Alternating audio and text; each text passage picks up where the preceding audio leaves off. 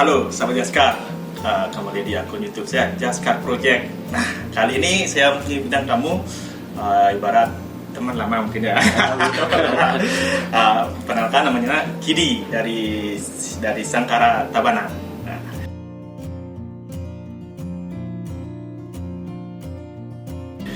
Gimana kabarnya? Baik aja, Bli. Baik. Gimana? Oh, baik juga, Pak. Gimana keadaan sehari-hari setelah corona? Ya, Kegiatannya apa? di rumah aja. Di rumah aja? Pastinya, Bli. Mematuhi pemerintah? Iya. Apa aturan pemerintah? Nah, kita langsung jadi kita kan sering melihat di sosial media maupun di ibarat internet, YouTube, semua membahas mengenai RUU HIP ya. Ya. Haluan ideologi Pancasila. Nah, ini juga ada beberapa pertanyaan dari teman-teman. Saya juga nggak berani terlalu frontal membuat pertanyaan, jadinya pertanyaannya saya pun sudah saya buat, nanti saya baca, dan ini pertanyaan dari teman-teman, ibarat titipan lah Ya. teman-teman. Nah, bagaimana sih pandangan Kidi mengenai Pancasila? Izin menjawab, Bli ya. Ya. Jadi kalau membahas mengenai Pancasila, sejatinya ini tidak ada perdebatan untuk kita rasanya, karena dari sekolah dasar sampai sekolah menengah dan perguruan tinggi pun ini kita sudah sering mendengarnya kan. Ya. Kalau bisa dikatakan Pancasila ini merupakan ideologi bangsa kita, negara kita Indonesia, yang mana terdiri dari 5 sila, yang mana sila-sila tersebut memiliki nilai-nilai yang menjiwai dari kehidupan bangsa dan bernegara. Dan bila mana kita berbicara lebih jauh, Pancasila ini dapat memiliki arti lain dalam bahasa Belanda, mungkin dapat dikatakan Staat Fundamental Norm, yang artinya norma dasar ataupun norma fundamental negara. Ya. Seperti itu, Bli. Seperti itu. Ya. Kalau menurut Bli mungkin gimana kan? Kalau saya belum ngerti mengenai Pancasila, saya belajar sekarang. Nah, betul sih, soalnya Pancasila itu udah kita sering dengar dari SD ya, dari sejak BKN, SMP, SMA, kuliah pun kita mempelajari tentang Pancasila. Nah, sekarang kita kan sering melihat di yang tadi saya bilang sosial media, terus YouTube, TV semua lah, sering membahas mengenai RUU HIP. Nah, ini ada pertanyaan juga, menurut Anda RUU HIP ini termasuk melemahkan Pancasila apa menguatkan Pancasila gitu? Untuk bila mana berbicara mengenai menguatkan atau melemahkan, saya rasa kita harus lihat dulu ke rancangan undang-undang HIP ini, haluan ideologi Pancasila, yang mana agak sedikit bercerita bahwasanya terdiri dari RUU HIP ini terdiri dari 10 bab yang mana terdiri dari 60 pasal, yang mana di dalam pasal tersebut menjelaskan mengenai substansi dari Pancasila sampai kurang lebih sampai pasal 40-an, dan setelah dari 44 dari pasal 40 ke bawah sampai terakhir itu membahas mengenai lembaga yang akan mensosialisasikan mengenai Pancasila tersebut.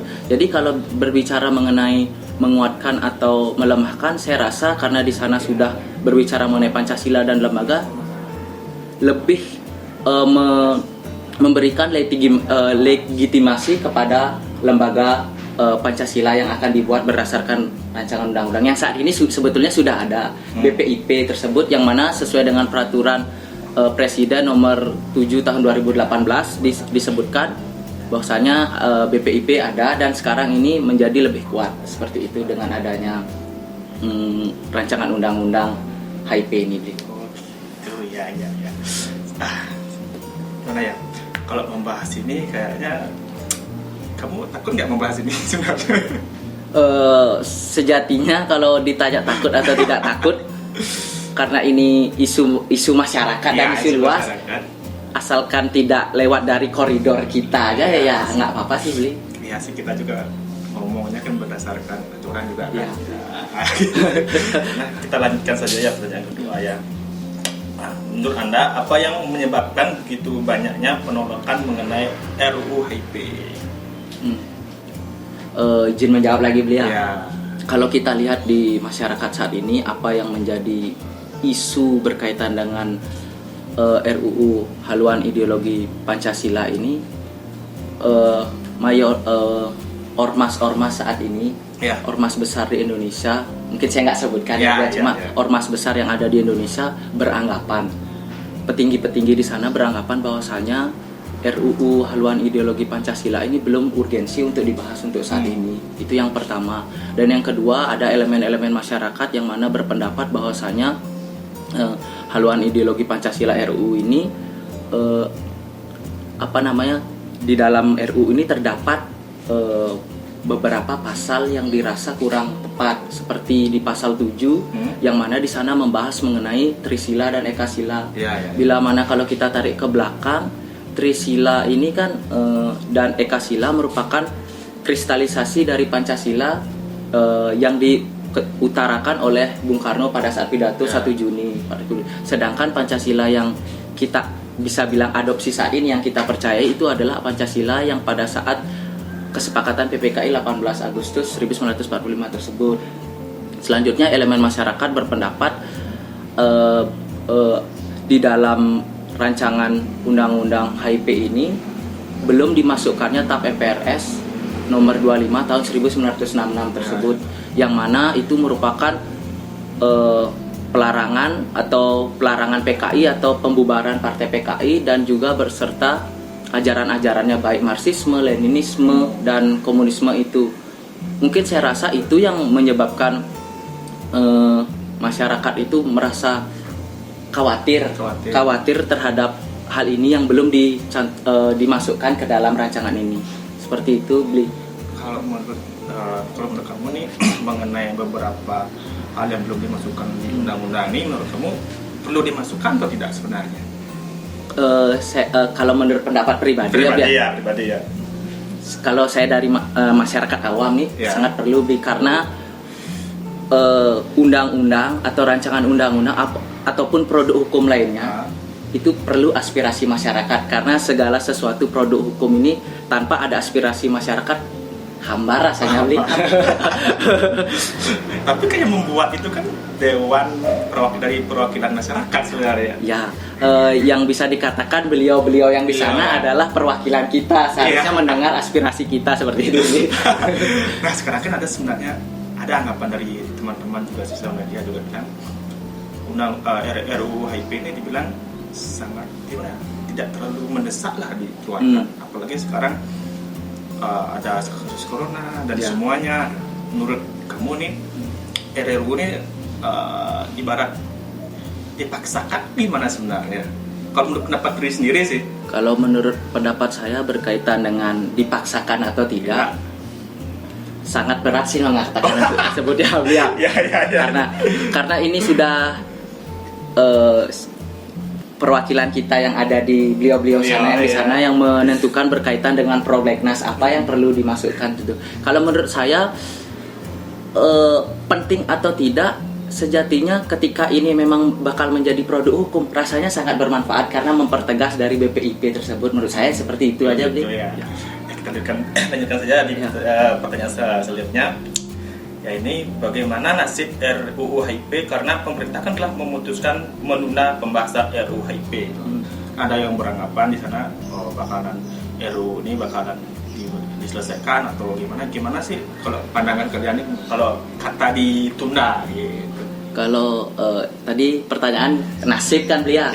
Kalau sejatinya kalau bertanya ini kepada kami yang awam, saya tidak bisa menjawab nasibnya. Tapi kalau melihat dari media, informasi media dan informasi dari pemerintah melalui media tersebut, kita tunggu dulu sampai 20 Juli. Ya, seperti itu, tunggu karena pada saat ini bisa dikatakan bola dari nasib RUU dibawa kemana, bisa dikatakan seperti itu, ada di pemerintah. Karena RUU ini diinisiasi oleh DPR dan saat ini dibawa ke pemerintah, apakah pemerintah setuju. Namun pemerintah masih menunggu aspirasi masyarakat, bagaimana pandangan masyarakat. Dan kalau untuk nasib sih menyangkut mengenai kontroversi yang tadi, banyak yang orang mengatakan batalkan.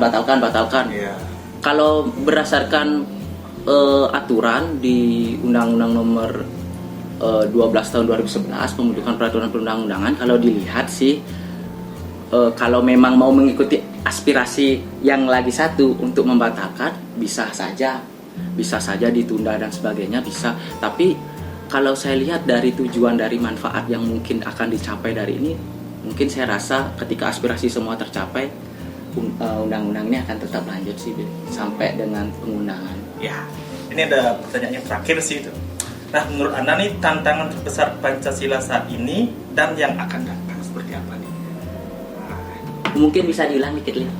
Tantangan Pancasila saat ini dan yang akan datang apa? Oh, kalau untuk berkaitan dengan tantangan Pancasila ke depannya, sejatinya sih sama sih seperti sebelumnya. Tapi yang lebih identik kalau berbicara mengenai tantangan Pancasila, sebetulnya bukan ke Pancasila sendiri yang menerima tantangan, karena menurut saya masyarakat Pancasila yang menerima tantangan tersebut, karena kitalah yang di sini yang akan mengimplementasinya. Kita ini bisa dikatakan sebagai masyarakat Pancasila, baik itu mengimplementasi, melaksanakan di masyarakat atau dimanapun, dan juga menjaga marwah dari Pancasila dan menjaga, karena kita tahu sebelum-sebelumnya nih Blia, banyak yang ingin mengganti Pancasila ideologi kita, ada yang belum melaksanakannya seperti itu. Jadi sejatinya tantangannya sama sih seperti sebelumnya. Dan juga kalau menurut pendapat saya pribadi, pandangan saya, pemerintah sejatinya sudah membuat aturan pendidikan dan sebagainya. Dalam hal pendidikan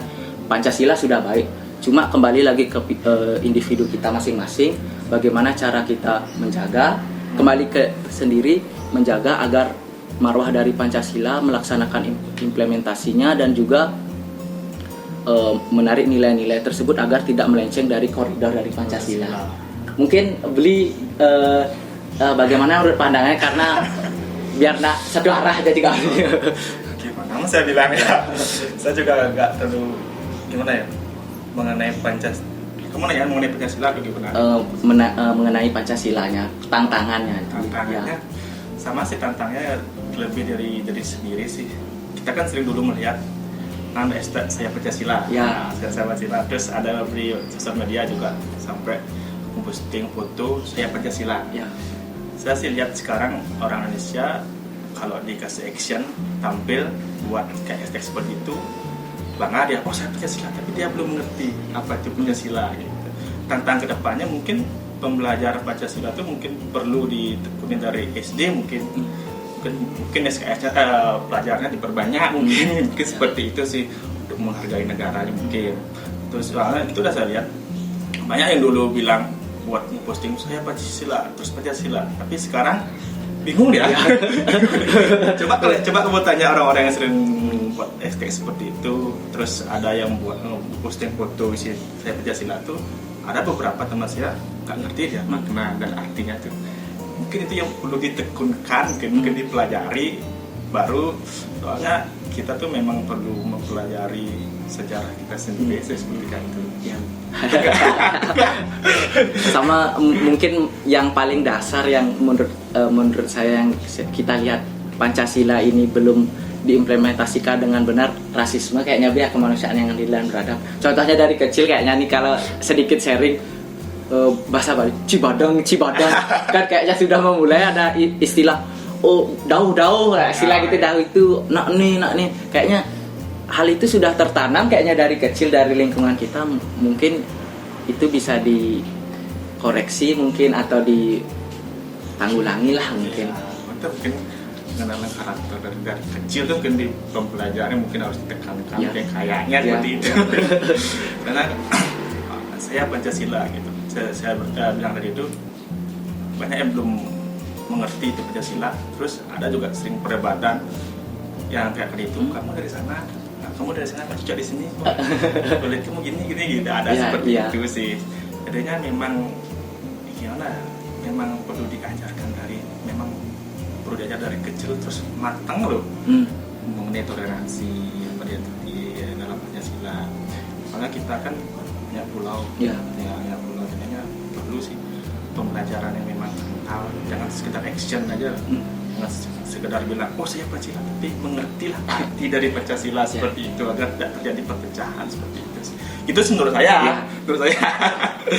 Nah, ini keinginan anak kedepannya seperti apa sih Untuk keinginan saya untuk apa nih? mengenai Pancasila ini? Mengenai Pancasila ya seperti yang tadi saya katakan, setidaknya kita tahu pemerintah sudah melakukan sesuatu hal dengan maksimal ya, yang kita Ya. lihat. Kita selalu berpikir positif kan, sudah melakukan maksimal, baik itu pendidikan, baik mengeluarkan suatu aturan-aturan, tapi kembali lagi ke pribadi masing-masing, dari keluarga, dari kita, dari keluarga lah, memberikan suatu pengajaran lah sedikit tidaknya mengenai yang tadi saya katakan, rasisme itu sudah, ketika kita rasisme sudah melenceng dari apa itu namanya Pancasila. Ya. Seperti itu sih menurut saya, Bli.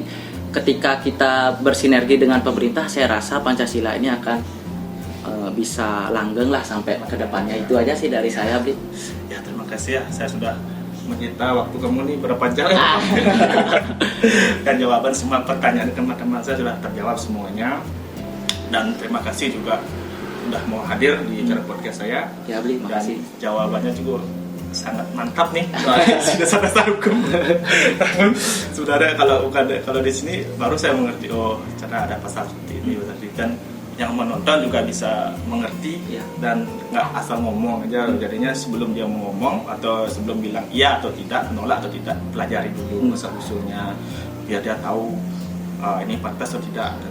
Sama kayak kamu tadi kan ada pertimbangan-pertimbangan seperti tadi MPR semua Ya. itu kan, itu pelajari semuanya biar nggak asal ngomong gitu kan. Soalnya kan banyak sekarang kan aksi demo kan banyak Ya. banyak yang demo, tapi kalau kamu tanya orang-orang itu pasti nggak mengerti dia. Ya. Itu sebenarnya makna artinya dia belum mengerti, sekedar action saja itu yang kurang.